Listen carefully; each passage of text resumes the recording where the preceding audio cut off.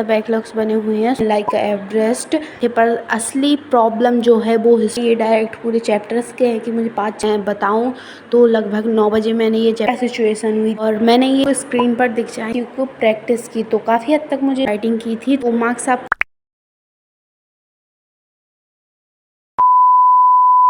मुझे पता है आप में से काफ़ी सारे लोगों के भी बैकलॉग्स बहुत ज़्यादा बने होंगे, सबके नहीं पर हाँ बहुत से लोगों के बैकलॉग्स बने होंगे और उन्हीं के साथ मैं भी हूँ। मेरे भी काफ़ी ज़्यादा बैकलॉग्स बने हुए हैं। सो आई डिसाइडेड कि मैं आज अपने सारे बैकलॉग्स कंप्लीट करने का ट्राई करूँगी एंड देखते हैं मैं सारे बैकलॉग्स कंप्लीट कर पाऊँगी या नहीं। हाँ मुझे पता है इतने ज़्यादा बैकलॉग्स मैंने क्रिएट कर लिए हैं लाइक एवरेस्ट, पर फिर भी मैं ट्राई करूँगी मैं सारे बैकलॉग्स कंप्लीट कर लूँ। और ये बैकलॉग्स कोई लेक्चर या क्लास के नहीं है, ये डायरेक्ट पूरे चैप्टर्स के हैं कि मुझे 5-6 चैप्टर्स कंप्लीट करने हैं। तो इसी में मैं अपने हिस्ट्री एंड ज्योग्राफी के बैकलॉग्स को कंप्लीट करूँगी एंड इसमें मैंने पूरे 4 चैप्टर्स लिख रखे हैं कि मुझे 4 चैप्टर्स कंप्लीट करने हैं हिस्ट्री के एंड ज्योग्राफी के और इनमें मुझे रीडिंग करनी है, अंडरलाइन करनी है एंड उनका छोटा सा टेस्ट भी करना है, आंसर राइटिंग भी करनी है। तो इन सबको कंबाइन करके मैं अभी आपको बता रही हूँ कि मेरी क्या सिचुएशन हुई। और मैंने ये बैकलॉग्स ख़त्म करने की प्रक्रिया शाम को स्टार्ट की थी। शाम को मैंने पढ़ने बैठी, अपनी डेस्क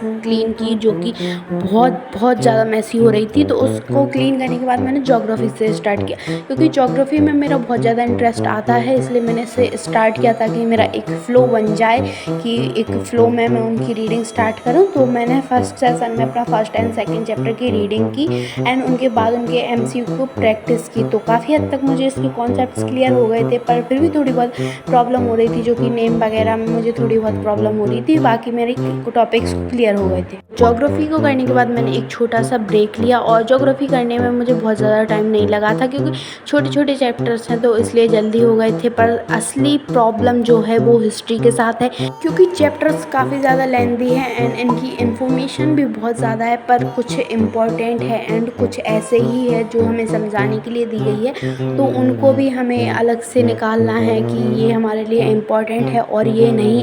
एंड इतने ज़्यादा लेंथी चैप्टर्स हैं एंड मैंने इनको टारगेट भी 2 चैप्टर्स का रखा है। तो मैंने सबसे पहले इसकी रीडिंग स्टार्ट की थी अपनी बुक से और ये मेरी फर्स्ट रीडिंग है, इसलिए मुझे थोड़ा डीप भी पढ़ना था एंड बहुत ज़्यादा समझ के भी पढ़ना था, इसलिए बहुत ज़्यादा टाइम लग रहा था रीडिंग करने में। एंड ये रीडिंग भी मैंने बहुत रात हो गई थी, स्टार्ट किया था मैंने जब ये अगर मैं बताऊं तो लगभग 9 बजे मैंने ये चैप्टर स्टार्ट किया था एंड इसको मुझे रीड करते करते काफ़ी लेट हो गया था एंड मैंने इसके भी कुछ MCQs किए एंड लॉन्ग आंसर भी लिखने का ट्राई किया था, जिसके आंसर मैं अभी आपको बता देती हूँ पर मैंने उसकी क्लिप रिकॉर्ड नहीं कर पाई।